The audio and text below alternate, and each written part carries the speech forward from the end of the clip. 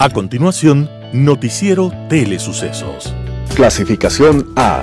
Apto para todo público. Un noticiero pensado para usted porque se lo merece. Nos acercamos a la realidad desde diferentes perspectivas. Noticiero Telesucesos. Primera parte del noticiero Telesucesos, con las noticias más importantes del día.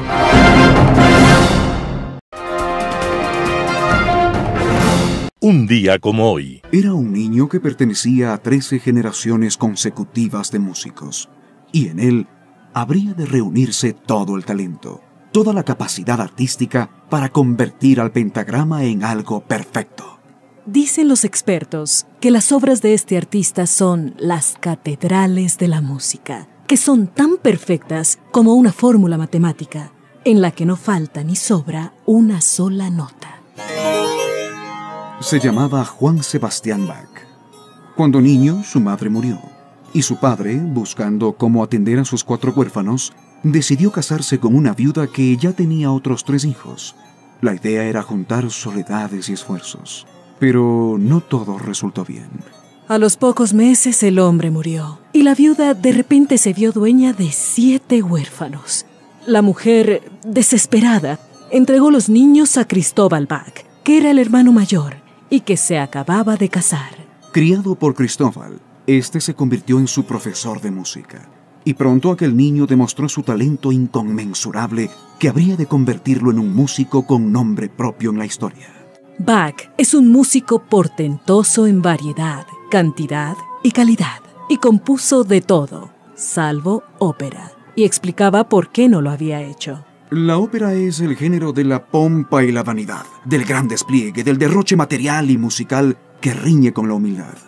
Mi espíritu está alejado de la ópera. Bach había nacido un día como hoy, en Eisenach, Alemania, un 21 de marzo de 1685. Pero Bach pertenece a toda la humanidad y nace y renace todos los días en cada nota de sus composiciones perfectas.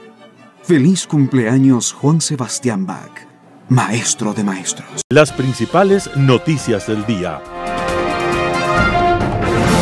Titulares. Investigación del caso Purga en la Asamblea Nacional quedará para luego de las vacaciones de los legisladores. En el caso Metástasis, Mayra Salazar y 2 personas más darán su testimonio anticipado este 28 de marzo. El Tribunal Contencioso Electoral recibe apelación de la sentencia contra alcalde de Quito. En política internacional, otra constituyente. Los editoriales serán de Hernán Pérez Luz, La Desembocadura, Talía Flores, Presidente Noboa, No deje morir al IES, evite una hecatombe. Noticias del día. Investigación del caso Purga en la Asamblea Nacional quedará para luego de las vacaciones de los legisladores. La investigación y el informe del caso Purga en la Comisión de Fiscalización de la Asamblea Nacional deberá esperar el retorno de los legisladores de sus vacaciones, que empiezan el 26 de marzo y concluirán el 9 de abril próximo. Hasta el momento no hay un cronograma de comparecencias aprobado, más bien existen quejas y reclamos a la presidenta de la mesa, Pamela Aguirre, por el manejo de la comisión y la falta de socialización previa sobre la investigación del caso Purga. Las comparecencias sobre este caso ya empezaron. La semana pasada acudió el presidente del Consejo de la Judicatura, Álvaro Román, respecto a las medidas adoptadas tras las revelaciones hechas sobre las vinculaciones políticas del exasambleísta socialcristiano Pedro M. en la Corte Provincial de Justicia del Guayas. También fue convocada la exdirectora del Consejo de la Judicatura del Guayas, María Josefa Coronel, pero esta no acudió y tampoco lo hizo el expresidente de la Corte Provincial de Justicia del Guayas, Luis Alvarado, vicepresidente de la Comisión de Fiscalización. Además, manifestó que primero se espera concluir con la sustanciación del juicio político en contra del exministro de Energía, Fernando Santos Albite, y luego continuar con el caso Purga. La idea, dijo, es que primero se evacúe el juicio político en curso y luego se continúe con la investigación en el caso Purga, tras aclarar que todavía hay un cronograma aprobado sobre las reuniones y comparecencias que habrá en el caso Purga. En el caso Metástasis, Mayra Salazar y 2 personas más darán su testimonio anticipado este 28 de marzo. Para el jueves 28 de marzo próximo se ha definido la audiencia en la que se escucharán los testimonios anticipados de la comunicadora y procesada Mayra Salazar y de los testigos de la fiscal Lidia Saravia y Marcelo Lazo Saavedra, amigo del narcotraficante Leandro Norero. La diligencia será pública e inicialmente se sabe que los abogados de los restantes 51 procesados podrán intervenir en la audiencia haciendo las consultas necesarias. El juez de la Sala de lo Penal, Felipe Córdoba, acogió la solicitud de la fiscal Diana Salazar, quien el pasado 15 de marzo solicitó otorgar una fecha para que la ex asesora de la Corte rinda su versión. La comunicadora de 36 años de edad, la fiscal y el ciudadano amigo de Norero, quienes serían testigos de acusación, al momento son parte del programa de víctimas y testigos dirigido por la Fiscalía. La diligencia iniciará evacuándose los pedidos de revisión de las medidas cautelares. Luego de ello se darán los 3 testimonios anticipados y para ello, en el caso de Mayra Salazar, quien se encuentra cumpliendo una orden de prisión preventiva en la Casa de Confianza de Chillo Gallo, al sur de Quito, será trasladada a la Corte Nacional de Justicia con las medidas de seguridad que corresponde a la importancia de su testimonio. La versión de la fiscal Saravia y del ciudadano Marcelo Lazo Saavedra se receptarán vía Zoom. Según la disposición judicial, una vez concluida esta diligencia, también se instalará el juzgado en audiencia oral, pública y contradictoria. Para conocer más sobre las medidas de protección que se vienen solicitando a favor de Mayra Salazar, Lidia Saravia López y Marcelo Lazo Saavedra. Tribunal Contencioso Electoral recibe apelación de la sentencia contra el alcalde de Quito.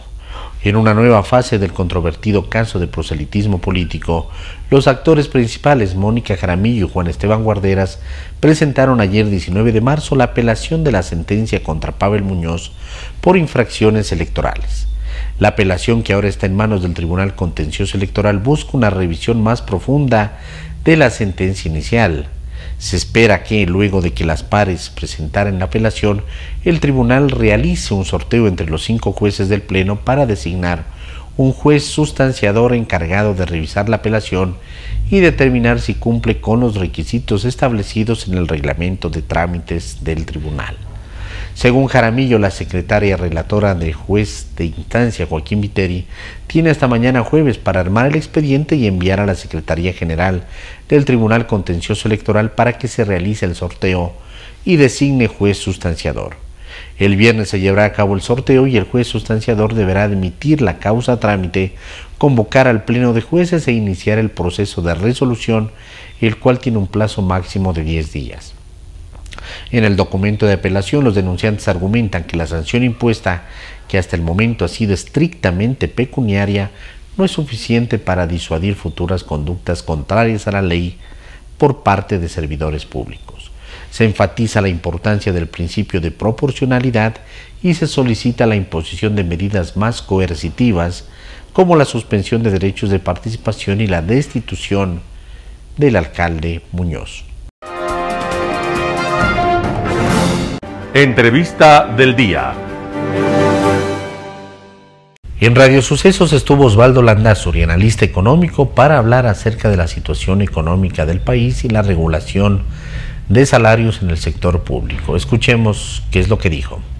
Bueno, primero yo creo que queda claro lo que habíamos comentado respecto a que hay cómo eficientar y optimizar el gasto estatal. Es decir, no es que porque el 80% y más está en militares, policías, doctores y profesores, pues ya no hago nada, me cruzo de brazos. Es realmente una estructura burocrática tremenda la que está enfrentando el país. Ahora, yo he mencionado, Edgar, que esta medida tiene que entenderse a la luz de 2 realidades distintas. La primera, el sector público central, si cabe la palabra, el sector público elegido, aquel que tiene que ver con los GATS, aquel que tiene que ver con ministros, con secretarías, etcétera, pues probablemente la medida haga algo de sentido, pero es muy distinto lo que está pasando en las empresas públicas, porque en las empresas públicas, Edgar, usted debería profesionalizarlas, hacerlas eficientes, y eso requerirá de directorios, requerirá de ejecutivos que tengan experiencia en las líneas de manejo. Y tal vez ahí es donde sea más grave el asunto. ¿Por qué me refiero a esto también? Porque ahí es donde están los contratos colectivos. y entonces usted puede que lance esta medida, que para mí es una señal, sobre todo es algo de imagen. No creo que lleguen a esos ahorros, ni tampoco que se cumplan inmediatamente. Recordará usted lo que pasaba con Moreno una y otra vez, pero regresemos a los contratos colectivos. Usted le baja el sueldo. En función de los contratos colectivos, Osvaldo, estos 200 millones de ahorro puede que sean el costo o parte del costo de uno de esos contratos colectivos, llámese CENEL, Petroecuador u otras empresas públicas. Correcto, a eso me iba a referir, Edgar. Es decir, usted tiene ahí contratos colectivos que hacen que la persona ya sea indiferente al salario. ¿Por qué? Porque tiene el bono por antigüedad, tiene el bono por familia, tiene el bono de la asociación, tiene el bono de vacaciones, y termina pasando lo que pasó en diciembre pasado, en donde usted recordará una publicación de un medio en el que se hablaba de que una persona recibió $60,000.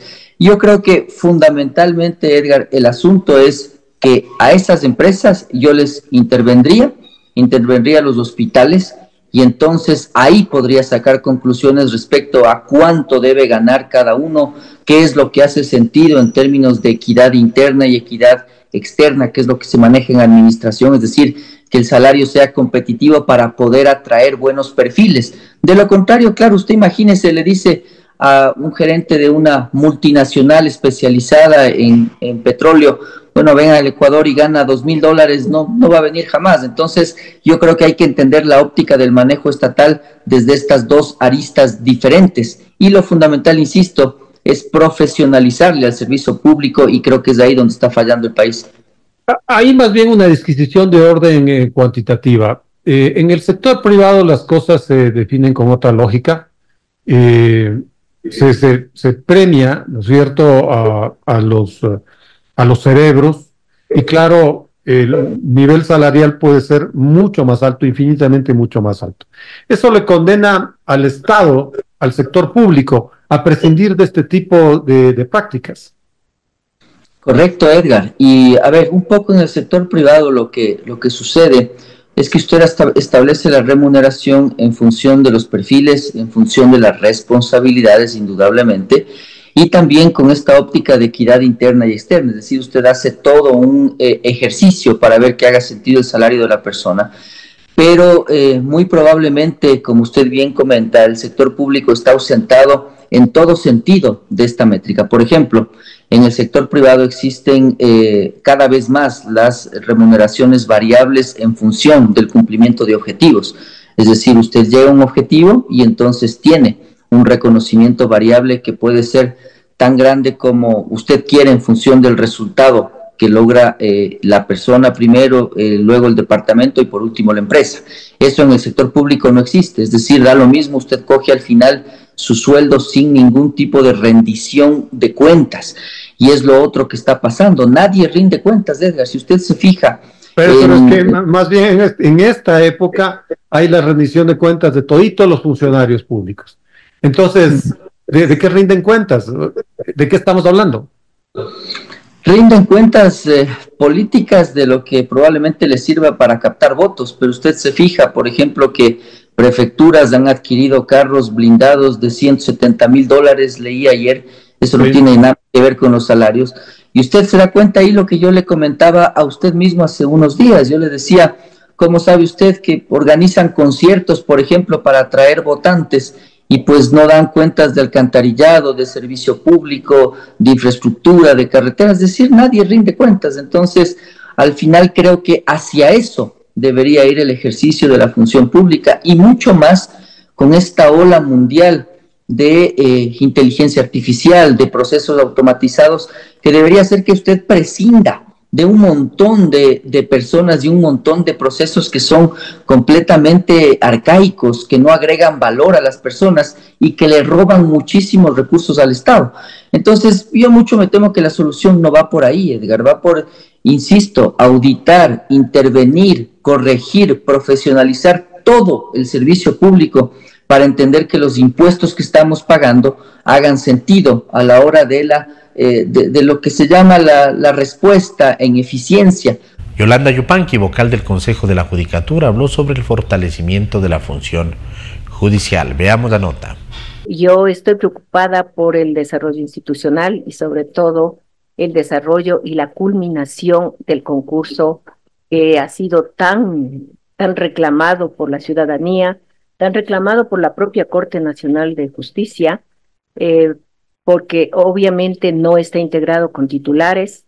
Se necesita que ese órgano tan importante de la justicia esté integrado en debida forma. Me va a decir el por qué. El concurso ha avanzado muchísimo. Teníamos, o sea, ya los pasos primeros se dieron, nos quedamos un poquito en el tema del reglamento. El reglamento, antes de que llegara el doctor Merck Benavides y antes de que asumiera ya de principalizar a la doctora Solanda Goyes, estaba prácticamente a nuestro criterio terminado, pero llegan y con todo el derecho del mundo pidieron que se hagan algunas reformas que ellos consideraban. Eso ya nos retrasó, pero había que hacerlo. Entonces se aprovechó la oportunidad para consultar a gremios, consultar con académicos, consultar, es decir, se hizo una mesa de trabajo al que se convocó a la ciudadanía. Concurrieron personas realmente importantes y que nos hicieron notar algunas falencias, algunas cosas con las que no estaban de acuerdo, especialmente los abogados en libre ejercicio, porque de acuerdo con el argumento de ellos estaba dando alguna valoración mayor a los judiciales. Estas situaciones se corrigieron, se aumentó el tema de paridad que había reclamado la doctora Goyes, no en la forma que ella pedía, porque ella pedía simplemente que se tome más puntaje para las mujeres.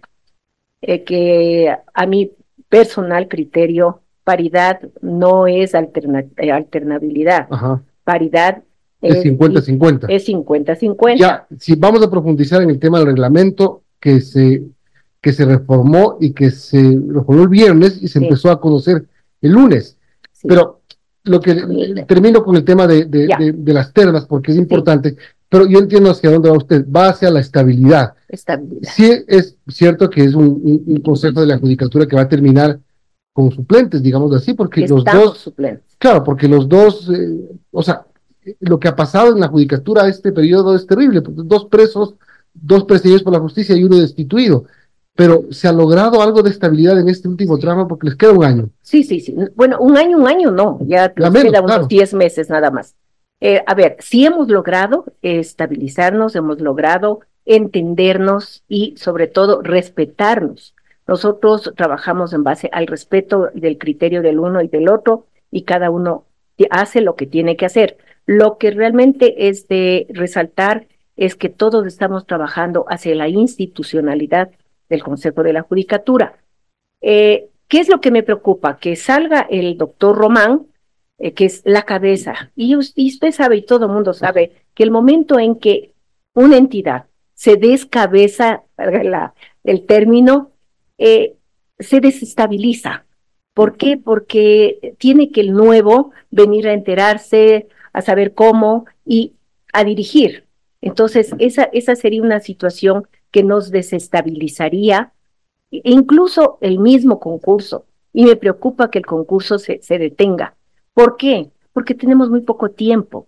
No es que vamos a quedarnos un año ni 2 años, no, tenemos meses. El concurso está ya calculado, ya está cronometrado. Para septiembre tendríamos los nuevos jueces. No, de acuerdo con el nuevo cronograma que está ya elaborado y que posiblemente lo aprobemos ya hoy mismo, está ya listo. Esto estaría para el 21 de octubre.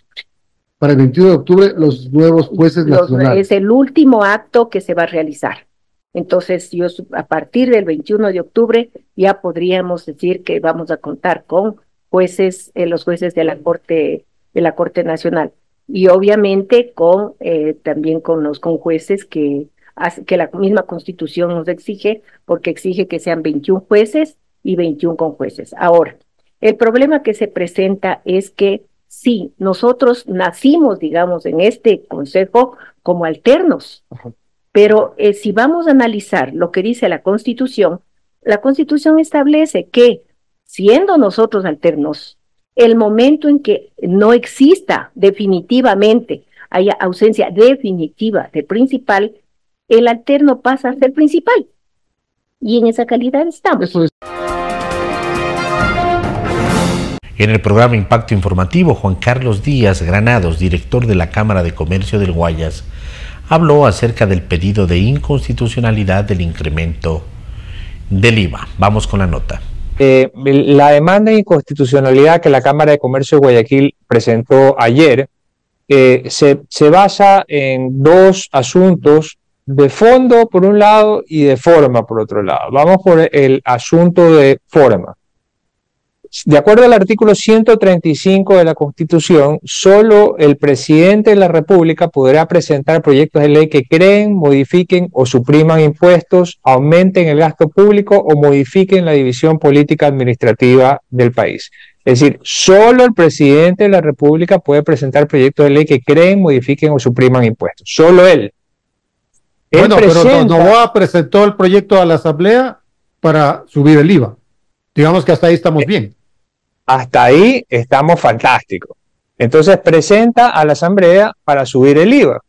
Pero en eso, la Asamblea Nacional se pone creativa y entonces empieza a agregar impuestos.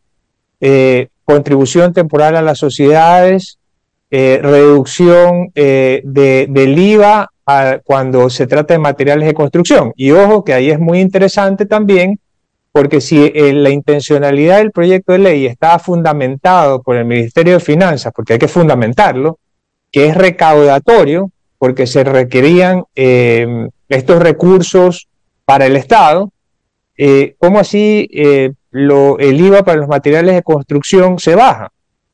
Generando una distorsión en la parte de la construcción, pero bueno, eso es aparte. Además de eso, se crea en la Asamblea Nacional una contribución temporal a las bancas y a las cooperativas. Así es. Y ahí se incrementa el impuesto de salida de divisas del 3 al 5%, y además las contribuciones a las sociedades que fija la Asamblea por decisión en la Asamblea son multas confiscatorias que se calculan por cada mes de mora.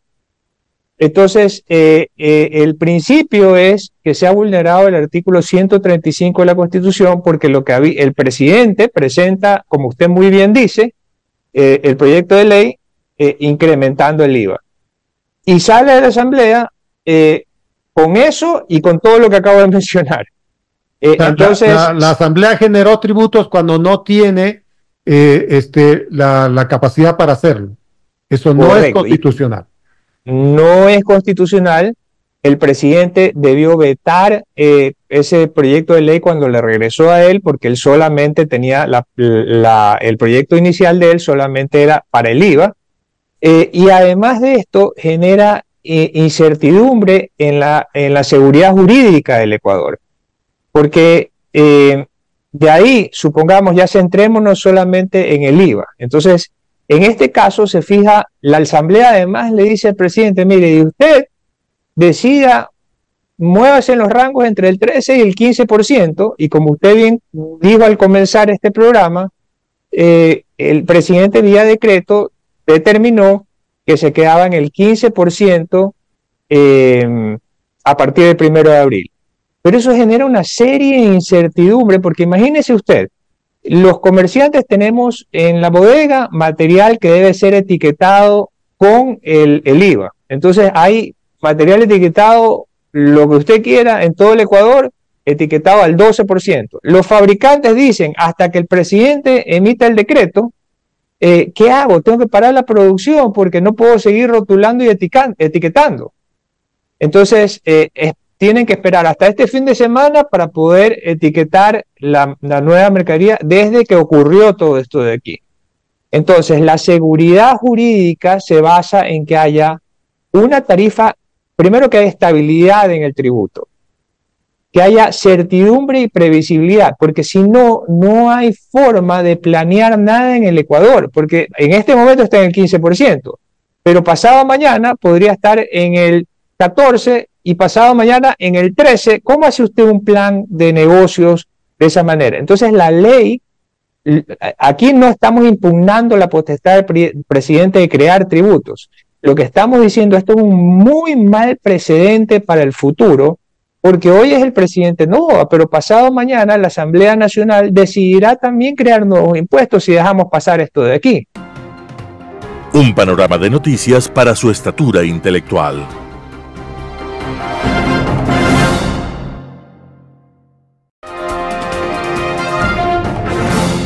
Global Hoy con Alan Carney.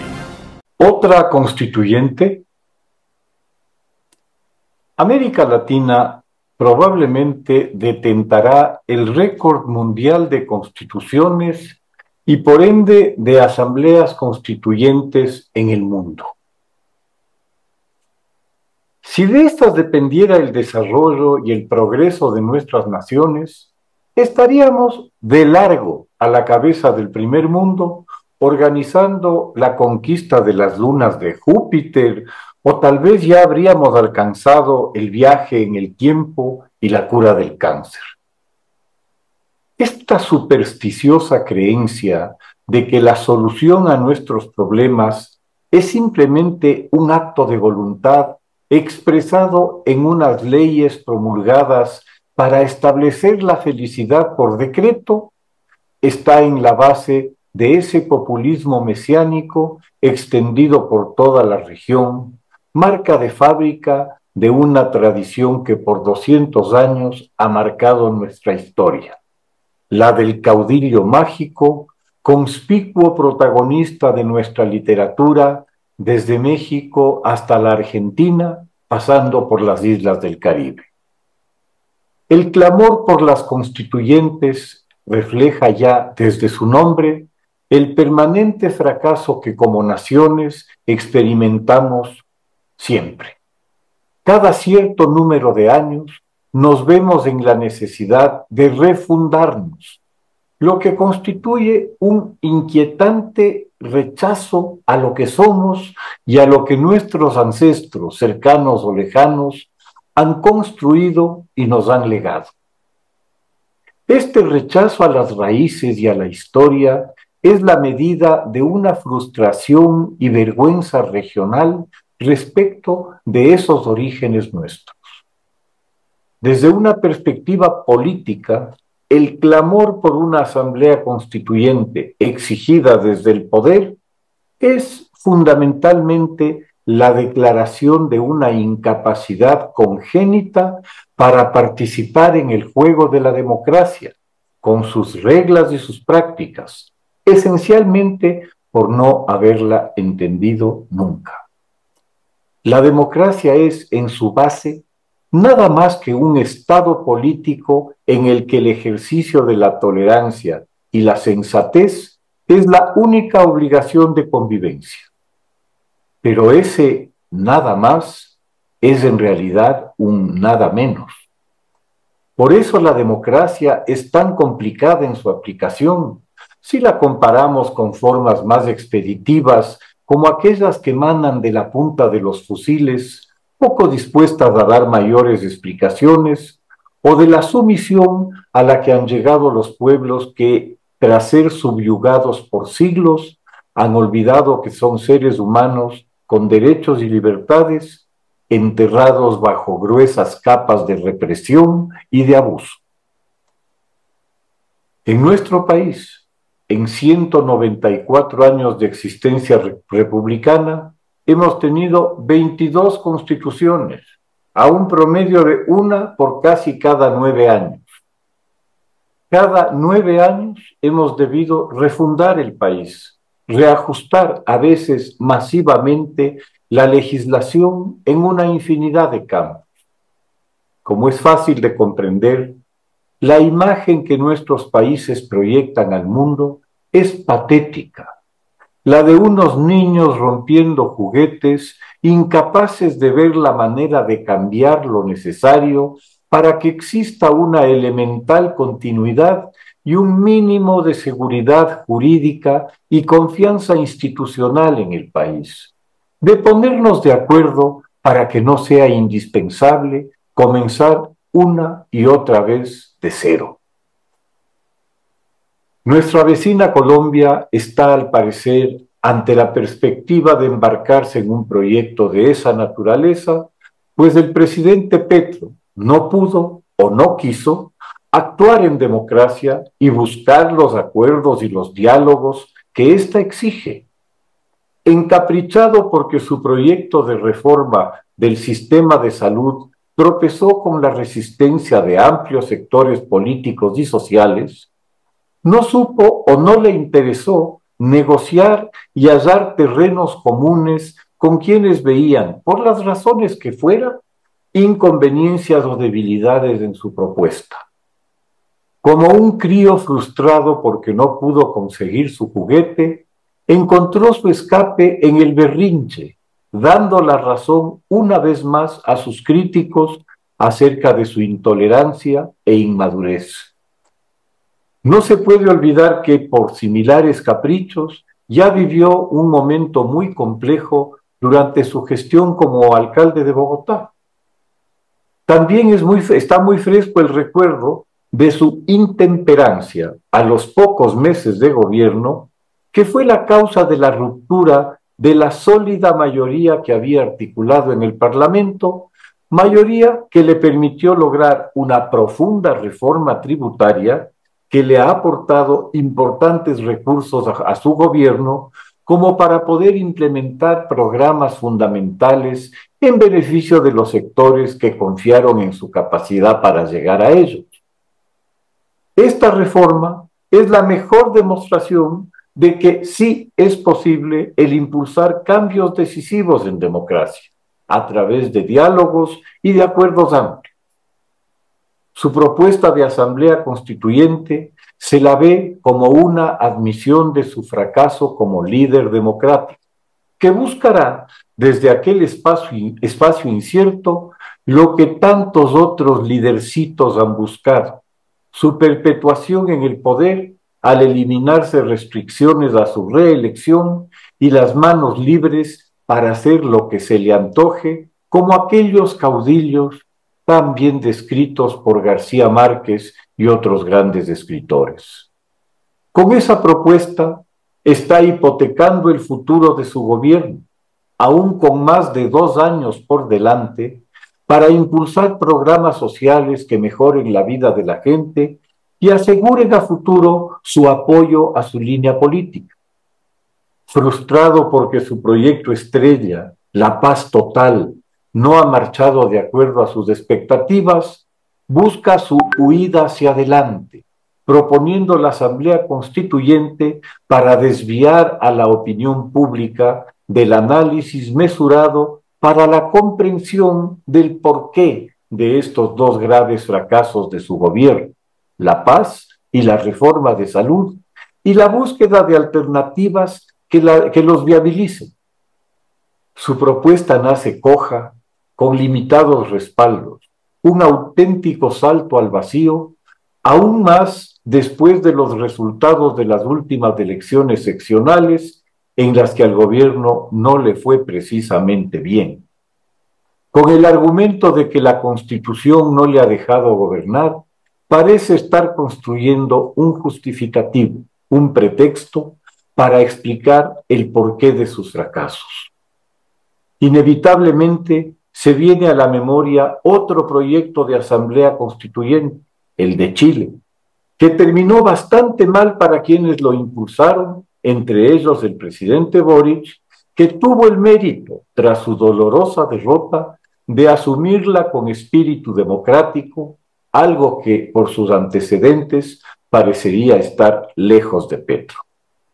Boric, con pragmatismo y un alto sentido cívico, reconoció el rechazo a su propuesta y sin más aspavientos la archivó para el resto de su gestión, declarando algo que, por lo obvio, hasta parece innecesario, pero que no lo es: la necesidad de enfocarse en las prioridades de lo posible, sin quedarse en las amarguras de lo que no se pudo.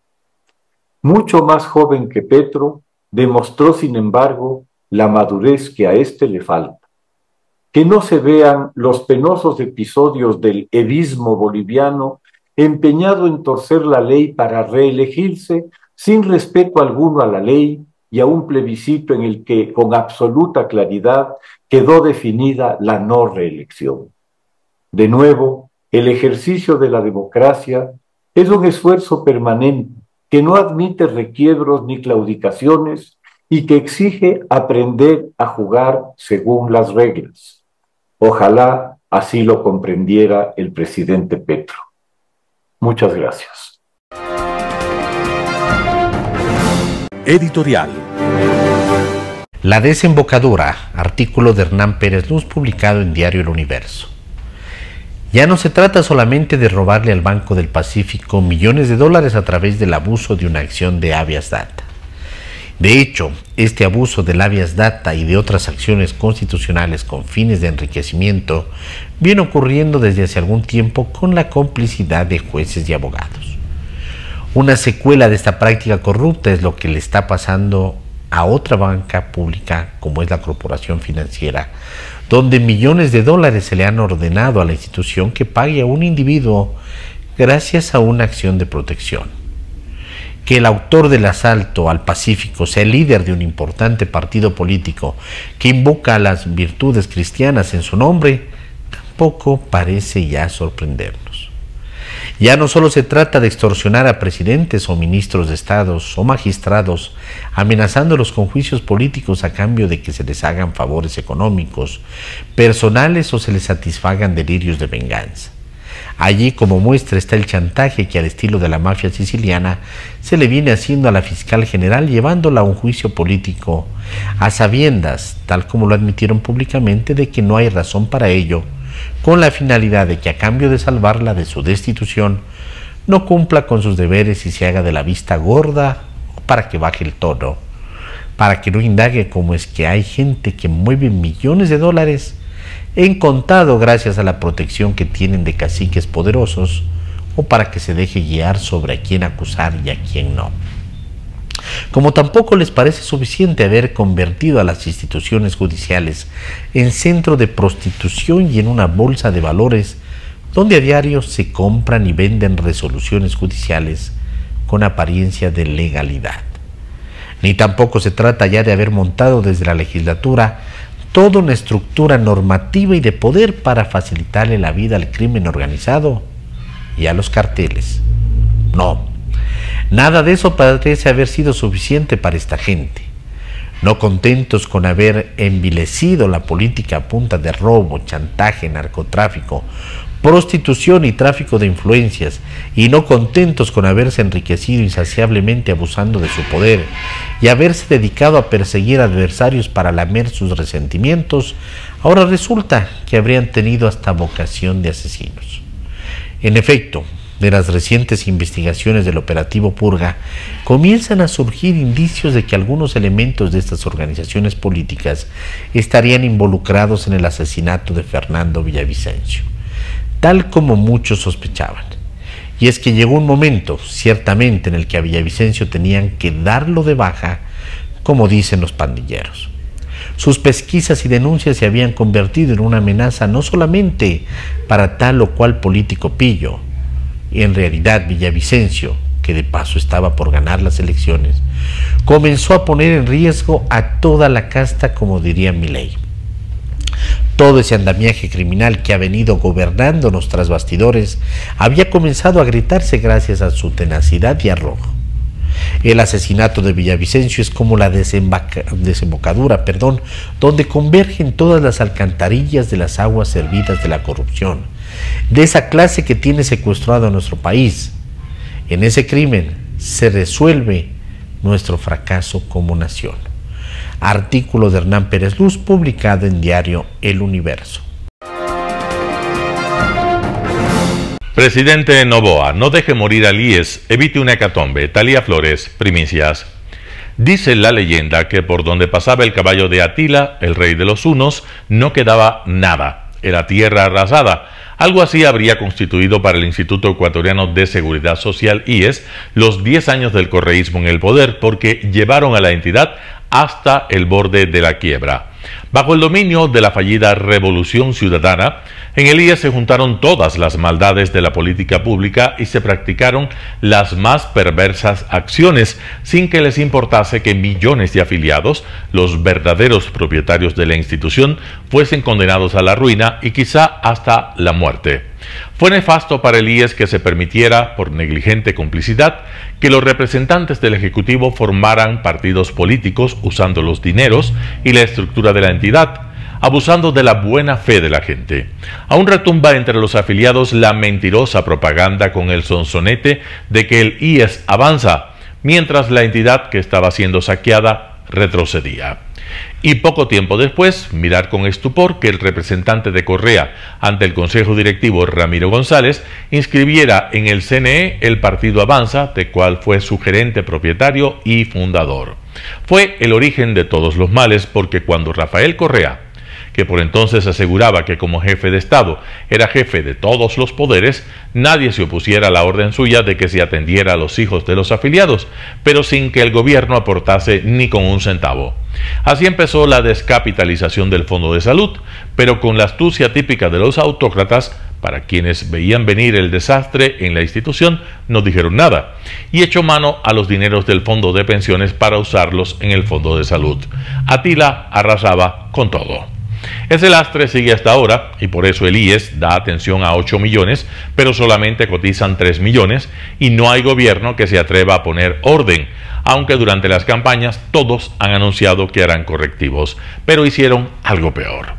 Como si de un odiador contumaz a los jubilados y pensionistas se tratase, el mismo gobierno de Correa le quitó el 40% del aporte del Estado al fondo de pensiones, mientras en paralelo ordenó a sus subordinados del seguro comprar bonos del Estado e invertir en hidroeléctricas fallidas.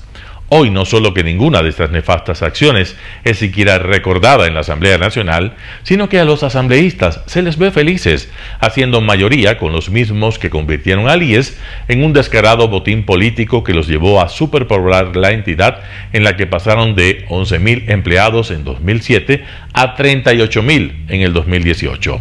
Por eso, en lugar de legislar para buscar soluciones a los graves problemas del Seguro Social, la semana pasada aprobaron unas reformas que arruinarán la gobernanza que con una representación tripartita, conforme lo dispone la Organización Internacional del Trabajo, ya había tenido dificultades, pero ahora aumentada a 5, como han decidido, se volverá inviable.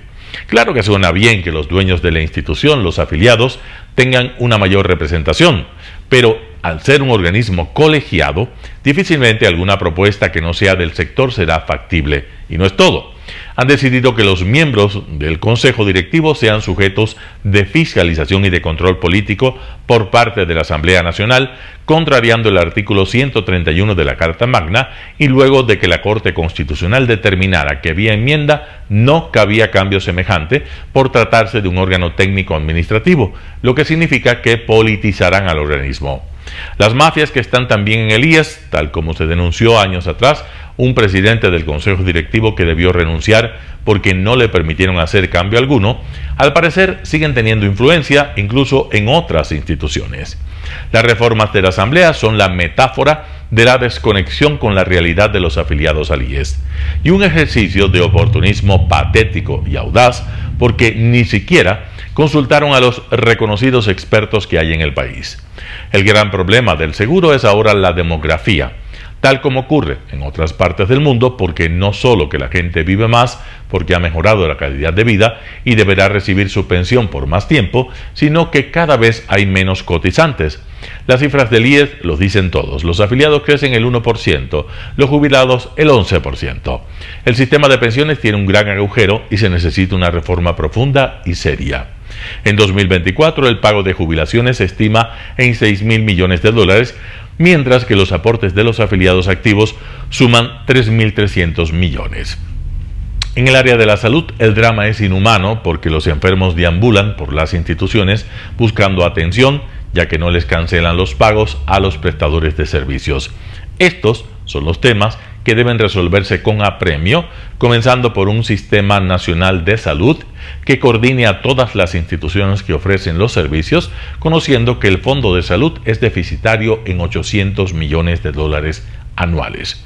Presidente Noboa, convoque a la comisión que el año anterior hizo una seria propuesta sobre el fondo de pensiones y también a quienes integraron tiempo atrás la mesa de estudios de la seguridad social y encuentren la fórmula para salvar al IES de un nefasto gobierno, cual caballo de Atilas que lo destrozó. La historia no puede registrar que en el gobierno del presidente más joven del país, elegido en las urnas, los ancianos y los jubilados fueron abandonados o que el IES agonizó. Evite una hecatombe. Talia Flores, Primicias. Noticias internacionales. Propuesta para crear asamblea constituyente genera controversia en Colombia. Voces a favor y en contra ha generado la propuesta del presidente de Colombia, Gustavo Petro, de convocar una Asamblea Nacional Constituyente, una iniciativa que busca cambiar la Constitución que se creó en 1991 y lograr que en el Congreso se aprueben las reformas sociales que adelanta su gobierno. Yo creo que no se puede desistir de esa idea. Sé que el presidente ha hecho muchos esfuerzos en esa dirección. Podríamos estar viendo una estrategia del gobierno de Gustavo Petro para iniciar una campaña anticipada y estar promoviendo lo que podría terminar incluso en una guerra civil para ellos poder perpetuarse en el poder. La Voz de América dialogó con el ex magistrado Rodrigo Escobar, quien apuntó que la propuesta del presidente Gustavo Petro tomaría más de 2 años. Presentar un proyecto de ley al Congreso de la República y una vez aprobada la ley se somete al control constitucional de la Corte Constitucional. A raíz de su propuesta y de impulsar este mecanismo con la Asamblea Nacional Constituyente, el presidente Gustavo Petro dijo que no busca prolongar su mandato. Y dijeron, no, es que se va a reelegir, se reeligieron ellos, nosotros no. Que no, que es que se va a volver dictador, dictadores ellos, nosotros no, nosotros somos demócratas. Según el presidente Gustavo Petro, si el Congreso no aprueba sus reformas sociales, Colombia tiene que ir a una Asamblea Nacional Constituyente. Yair Díaz, Voz de América, Bogotá.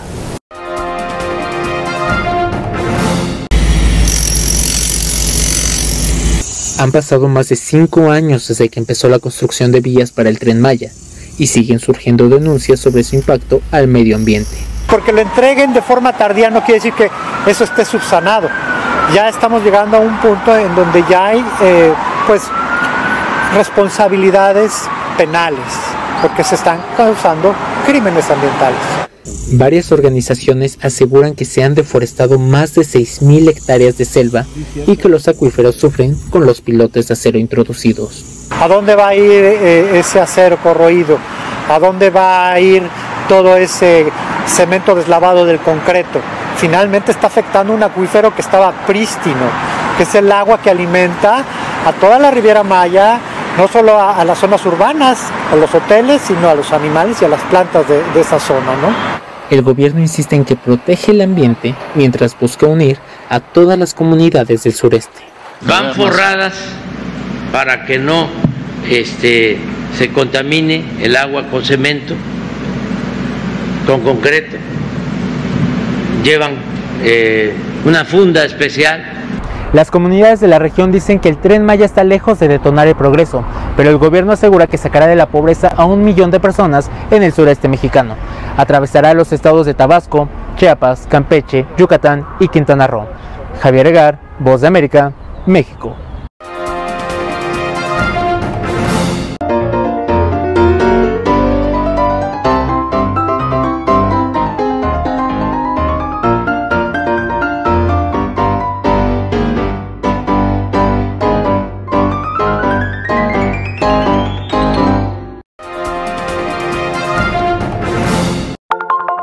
Telesucesos, Canal 29 UHF de la ciudad de Quito. Un canal de televisión abierta. Siempre inédito. Para una audiencia especial.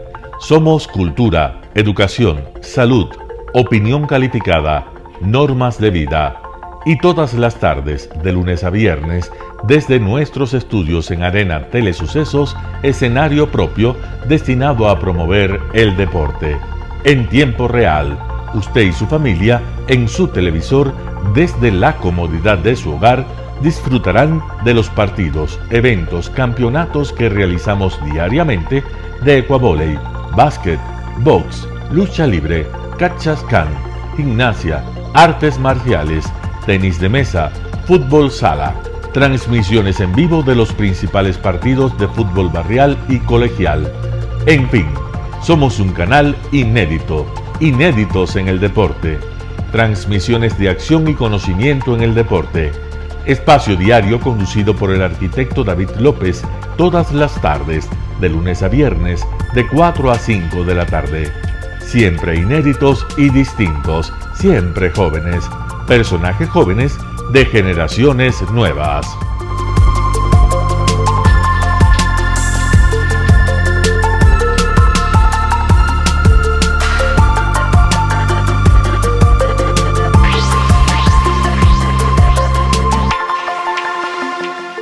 El término arena dejó tiempo atrás de ser sinónimo de muerte.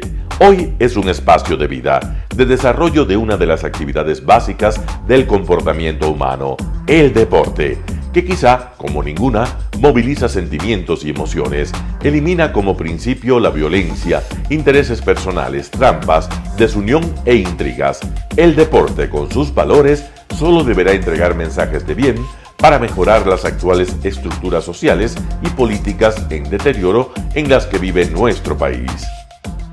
Hoy entregamos a nuestra audiencia de la ciudad de Quito deportes y en especial a la parroquia de Calderón, uno de los sectores populares de mayor desarrollo de la ciudad, con una población estimada en 1 millón de habitantes que están en contacto diario con el canal 29 UHF, presente con sus instalaciones deportivas en Llano Grande, su centro de gravedad. Telesucesos, desde nuestro estudio principal y en el de Arena Telesucesos, es el único medio de televisión que transmite de lunes a viernes 4 horas diarias de diversos eventos y novedades deportivas: el ecuavóley, básquet, tenis de mesa, halterofilia, taekwondo, esgrima, box, cachascán, gimnasia olímpica. Pueden ser observados en Canal 29 UHF y en todas las redes sociales en su televisión, sin ningún costo, desde la comodidad de su hogar, en nuestro canal y en las redes sociales. Arena Telesucesos es el escenario en donde el deporte tiene vida. Nuestros invitados y jugadores están en la cancha junto a usted y como nunca antes en la pantalla de su televisor, acercándole a un espectáculo inolvidable de luz, color y fiesta. Por fin usted encuentra el deporte que practica y que nunca es transmitido ni considerado por otros medios de comunicación con la importancia que nosotros le damos. El ecuavóley es el gran protagonista en una cancha con todos los estándares y comodidad para su práctica. Es el único deporte ecuatoriano con partida de nacimiento ecuatoriana. Somos inéditos, nos acercamos al deporte popular de nuestra gente que comparte nuestros esfuerzos. En Arena Telesucesos, aparte del atractivo de los eventos deportivos que transmitimos con nuestra señal a los televisores de su hogar, también entregamos muchos de los valores que encierra el deporte y en especial privilegiamos nuestra identidad nacional en el ecuavóley, jerarquizando su presencia como el deporte con partida de nacimiento en nuestro país. Telesucesos no solo entrega en su programación de deportes un espectáculo, sino que impulsa, privilegia y exige a quienes participan que sean parte de los valores y méritos que el deporte encierra: esfuerzo, superación, perseverancia, respeto, solidaridad, compañerismo, disciplina, puntualidad, sana competencia, honradez en la cancha y fuera de ella. La práctica deportiva siempre generará beneficios positivos para su cuerpo y entregará salud estable, pero refuerza además la identidad personal y premia siempre el éxito conseguido. Estamos entregando a nuestra ciudad con Arena Telesucesos un esfuerzo más de un medio que es fiel a su identidad y que a través de sus contenidos de salud, cultura, opinión calificada y ahora deportes, pretende difundir lo que, aparte del entretenimiento, requiere nuestra gente. Lo hasta ahora realizado está hecho con mucho esfuerzo, pasión y el entusiasmo de nuestra parte, de nuestros empleados, trabajadores y pequeños empresarios que creen en nuestras motivaciones. Hemos dado los primeros pasos para este proyecto que seguiremos haciéndolo gracias a ustedes. Telesucesos, siempre inédito, nuestro canal online a la vanguardia tecnológica, 24 horas de programación continua a través de Internet. Telesucesos Internacional. En el Ecuador y en el mundo, Telesucesos Internacional. ¿Cómo lo sintoniza? Ingresando a www.telesucesos.net. Telesucesos Internacional. Telesucesos, el canal de televisión siempre inédito. El noticiero Telesucesos es retransmitido de lunes a viernes a las 7 horas por Radio Planeta Sur 106.1 FM de la ciudad de Loja. Noticiero Telesucesos.